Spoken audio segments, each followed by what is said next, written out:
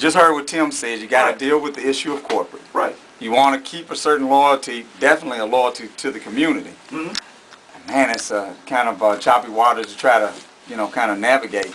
I mean, that's also a sign of economic times, too. I mean, people have to realize that first and foremost, radio is a business. Right. We are in this to make money.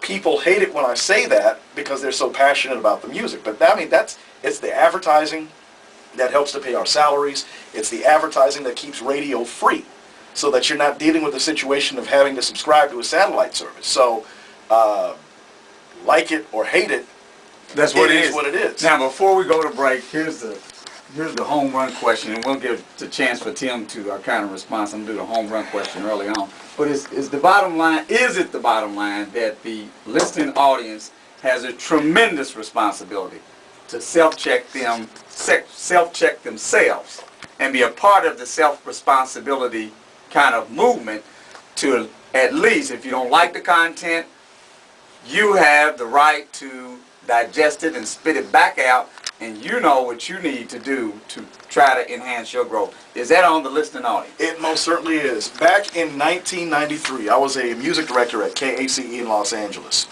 and I undertook a challenge to the record industry called Enjoyability with Responsibility. Basically, I openly challenged the record companies to put their artists in check about lyrical content. And in doing so, I systematically removed any song that had lyrics that denigrated the black community, glorified drugs and violence, glorified the gang lifestyle, and got a gang of press coverage over it. Local, national, global press coverage. A few other radio stations followed suit. Now, what I've grown to learn over the last 10, 15, 20 years, because that movement didn't last, is that, you know what? I'm taking responsibility for something that's not my responsibility. To the extent of... To a certain degree. To a certain degree. We got 30 seconds. Well, let me ask... No. Go on, wrap it up, Mark. There are X amount of stations in Louisville, Kentucky. If you don't like something that you're hearing, just like you do with the television channel, change it.